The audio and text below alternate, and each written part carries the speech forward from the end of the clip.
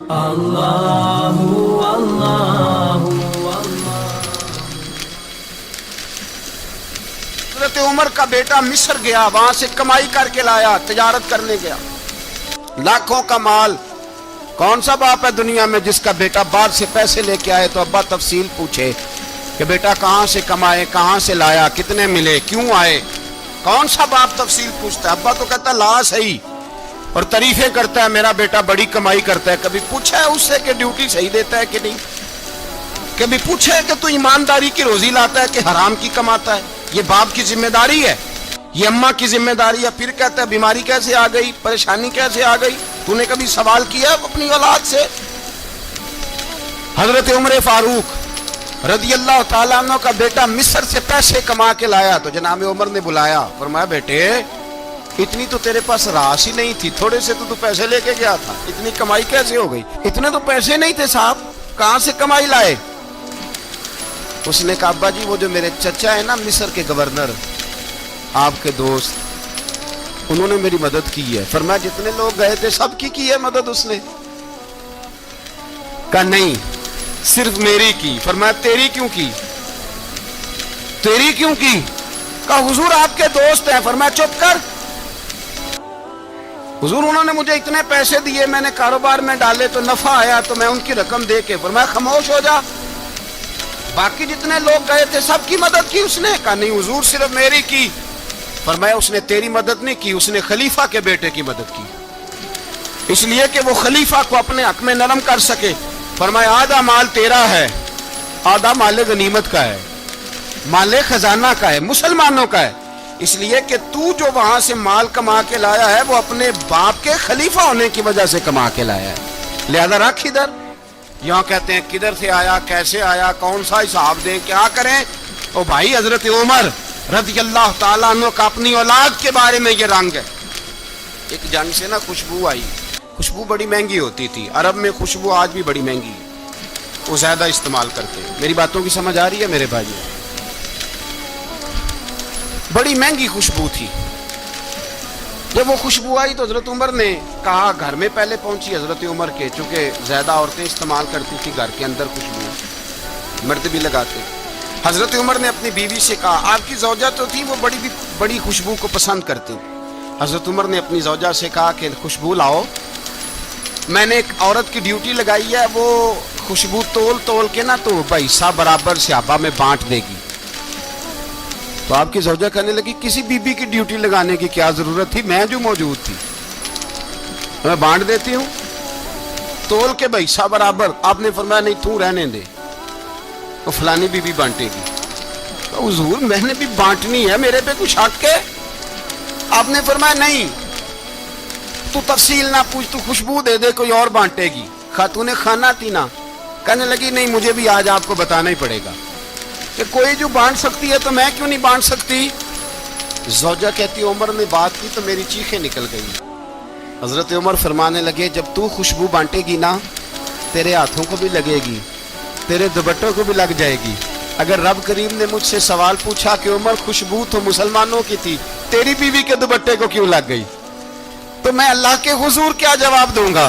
اگر اللہ نے یہ سوال کیا کہ تیری بیوی نے کیوں لگائی، وہ تو حصہ تھا مسلمانوں کا، تو نے تیری بیوی نے کیوں لگائی؟ تو فرمایا میں نہیں چاہتا کہ اللہ کے حضور مجھے اور تجھے باز پرس ہو، لہذا کسی اور کو بانٹنے دے۔ زوجہ روئی اور تڑپ کے کہنے لگی عمر مجھے لگتا ہے صبح قیامت بھی تیری بیوی ہونے کی وجہ سے اللہ مجھے جنت عطا فرما دے گا، تیری زوجہ ہونے کی برکت سے۔ بھائی یہ معیار رکھا، خدا کی قسم ایسا شخص تاریخ میں دوبارہ نہیں آیا۔ اتنا بڑا آدمی، اتنا بڑا شخص، اتنا بڑا آدمی، اور پھر رنگ یہ ہے کہ عمر 22 لاکھ مربع میل کا حکمران، 22 لاکھ، اور کھجور کے درخت کے نیچے مٹی کا ڈھیلا لے کے سو گئے ہیں، پرواہ کوئی نہیں، کوئی مسئلہ ہی نہیں۔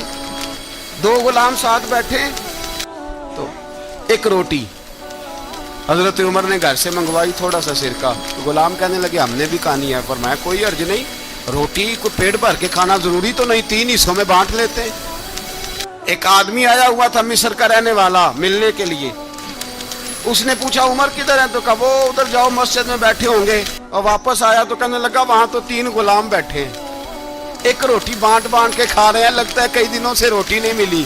کہا 3 غلام تو کوئی نہیں, وہاں 2 ہی تھے, تیسرے تو امیر المومنین تھے. اس نے کہا نہیں نہیں 3 غلام ہیں, کپڑے بھی ایک طرح کے پہنے ہوئے, بلکہ 2 کے تو پھر صحیح ہیں, تیسرے کے تو زیادہ ماڑے ہیں. کپڑے بھی ایک طرح کے, کھانا پینا بھی ایک طرح کا, اور ان کا نشست برخاست بھی ایک طرح کی ہے, لہذا کوئی فرق نہیں. حضرت ابو ہریرہ کہتے ہیں میں لے کے آیا, اور جناب عمر کو جب میں نے کچی زمین میں تامت سمیٹ بیٹھے دیکھا تو میں رو پڑا. میں نے اس مصر سے آنے والے کو کہا تو اس کے جلوے دیکھ, اگر اس کی ذات میں اتنا حسن ہے تو محمد عربی کا مقام کیا ہوگا. یہ مقام غور ہے, مقام غور. 10 محرم کو لوگ دیگے پکائیں گے نا, نہیں پکانی ہے, کوئی بول دے نہیں ہاں نہ نہیں کر دے, پروگرام بدلیا تو نہیں دی عید کی کہ وہی کام شروع ہوا ہے لاسٹ ٹائٹ ہونے والا. کیوں جی پکنی ہے نا دیکھیں 10 محرم کو انشاءاللہ تعالی, ہم بھی پکائیں گے انشاءاللہ, یہاں بھی پروگرام ہوگا. تو 10 محرم کو جو دیگ پکنی ہے تو ایسا نہیں ہو سکتا کہ 1 محرم کو حضرت عمر کے نام کی بھی کوئی پک جائے. اگر امام حسن حسین کے نام کی دیگیں پکے تو جو امام حسن حسین کے سے پیار کرنے والے ہیں, جو امام حسن حسین سے, ہم لوگوں نے بھی عجیب رٹا اپنایا ہے نا, ہم لوگ بات کا ایک پہلو دیکھتے ہیں دوسرا نہیں دیکھتے. حضرت امام حسن اور حسین کو بھی نبی پاک نے شہید کہا, اور جناب عمر کو بھی رسول اللہ نے خود شہید فرمایا. فرمایا شہید ہے, خود فرمایا اپنی زبان سے کہ یہ شہید ہے, خود میرا عمر شہید ہے. تو ان کے نام کی دیگ نہیں پکنی چاہیے, اس طرف نہیں ہماری توجہ ہونی چاہیے. اور اہل بیت نبو, یہ بات میں پہلے بھی کرتا ہوں, آج پھر کرنا ضروری سمجھتا ہوں. اہل بیت کا پیار سن لو کان کھول کے, اہل بیت کا پیار اگر ہمیں کسی نے سکھایا ہے تو سیدنا عمر فاروق نے سکھایا ہے. اہل بیت نبوت کی محبت اگر کسی نے سکھائی ہے تو کس نے سکھائی ہے؟ بول کے بتائیے. حضرت عمر نے. اہل بیت کا پیار ہمیں حضرت عمر نے بول کر کے سکھایا ہے. بھائی یاد رکھیں, کسی کی طاقت نہیں تھی دم مارنے کی حضرت عمر کے سامنے, طاقت ہی نہیں تھی. کیسر و کسرا کانپ جاتے تھے, جرأت ہی نہیں کرتے تھے حضرت. اور ہمارے تو تعلقات بڑے ہیں نا غیروں سے. حضرت ابو موسیٰ اشعری رضی اللہ تعالیٰ عنہ فرماتے ہیں میرا منشی سائی تھا, وہ کاتب کہتے تھے وہ لوگ, میرا حساب کتاب عیسائی تھا. تو فرماتے ہیں ایک دن میں نے وہ سارا حساب کتاب لین دین کے حضرت عمر کو دکھائے تو فرمانے لگے جس نے لکھے ہیں اس کو بلاؤ. کہنے لگے حضور مسجد نہیں آ سکتا. تو کیوں نہیں آ سکتا؟ کہنے لگے وہ عیسائی ہے. کہتے ہیں حضرت عمر جلال میں آ گئے. آپ فرمانے لگے جنہیں رب دور کرتا ہے تم کیوں قریب کرتے ہو؟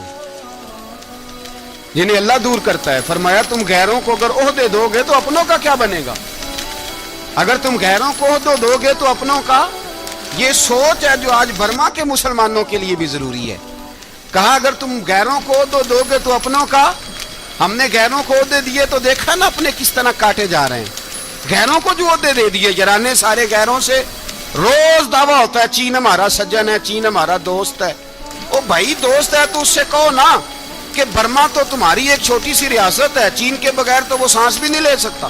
اس کو کہو نا اس حکومت پہ دباؤ ڈالے. لیکن ہم لوگوں نے غیروں کو عہدے دیے تو اپنے پس گئے.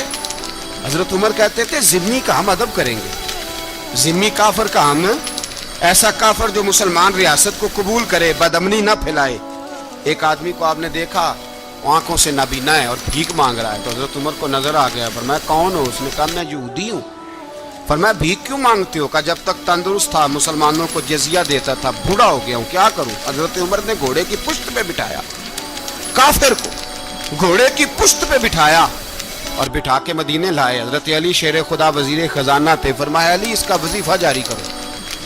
کہا یہ کون ہے؟ فرمایا یہ یہودی ہے لیکن یہ ہمیں جزیہ دیتا رہا, بوڑھا ہو گیا بیچارہ, بھیک مانگنے پہ مجبور ہے, ہماری حکومت کے اندر رہتا ہے, اس کا پورا وظیفہ جتنا خرچہ اتنا وظیفہ لگاؤ. حضرت علی کہتے ہیں میں وظیفہ لگا رہا تھا اور وہ میرے نبی کا کلمہ پڑھ رہا تھا, وہ رسول اللہ کا کلمہ پڑھ رہا تھا. یہ مزاج, یہ نہیں کہ کافر. حضرت عمر نے گورنروں کو خط لکھے تھے کہ زبردستی کسی کو مسلمان نہیں کرنا, جہاں ان کی عبادت گاہیں بنی ہوں تو گرانی نہیں, کوئی مندر کوئی گرجا ضائع نہیں کرنا.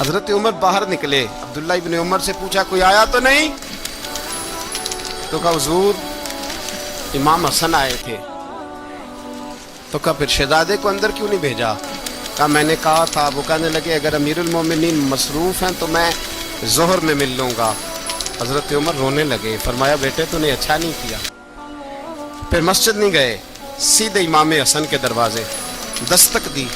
امام حسن باہر آئے, کہا شہزادے آئے تھے تو ملے کیوں نہیں؟ امام حسن کہنے لگے حضور آپ کا اپنا بیٹا دروازے پہ کھڑا تھا, آپ کا اپنا بیٹا دروازے پہ کھڑا تھا, اور منع بھی کیا تھا آپ نے تو میں زور میں مل لیتا. حضرت امام حسن فرماتے جوش جذبات میں جناب عمر نے سر سے پگڑی اتار دی, جوش جذبات میں. کہنے لگے حسن میرے بیٹے کا اور آپ کا کیا مقابلہ؟ کیا اس کی ماں کا نام فاطمہ الزہرا ہے؟ کیا اس کی نانی کا نام خدیجۃ الکبریٰ ہے؟ کیا اس کے نانے کا نام محمد مصطفیٰ ہے؟ آپ کا اور اس کا کیا مقابلہ؟ پھر رو پڑے اور کہنے لگے بیٹے میں مکے کے صحراؤں میں اونٹ چرایا کرتا تھا, یہ جو میرے سر پر عزت کے بال ہیں یہ تیرے نانے کے اگائے ہوئے. میں مکے کے خبردار شہزادے خبردار. او بھائی اہل بیت نبوت کے ادب کا رنگ اگر سکھایا ہے تو سیدنا عمر نے سکھایا ہے. حضرت عمر فاروق اتھارٹی ہے, اسلام کی اتھارٹی. یکم محرم حضرت عمر کی شہادت ہے. یہودی بول اٹھا, کافر بول اٹھا. اگر 6 مہینے عمر دنیا میں اور رہتے تو دنیا میں کوئی کافر موجود نہ ہوتا. 6 مہینے. اور جب اس بطل جلیل کا جنازہ اٹھا, اللہ بخاری پڑھیے نا, اللہم ارزقنا شہادت فی سبیلک, اللہ بسترے کی موت نہ دینا, شہادت کی دینا. عمر شہید ہوئے, مسجد نبوی میں نماز پڑھاتے, اور جب جنازہ اٹھا تو مدینے کا پھر پیچھے جو دلیر بچے وہ مولا علی تھے. مولا علی جناب عمر کا جنازہ اٹھا تو سب سے پہلی ہائے جو نکلی وہ حضرت علی کی زبان سے نکلی, اور حضرت ساری داڑھی آنسوؤں سے بھر گئی. لوگوں نے کہا کہ علی کیا ہوا؟ فرمانے لگے تم دیکھ نہیں رہے جنازہ کس کا اٹھا ہے, پلٹ کے دیکھو تو صحیح, تم پتہ نہیں یہ کون گیا ہے. حضور کیا ہوا؟ آپ فرمانے لگے عمر اس طرح کے کام کر کے گیا ہے, اب ان کے رستوں پہ کون چلے گا؟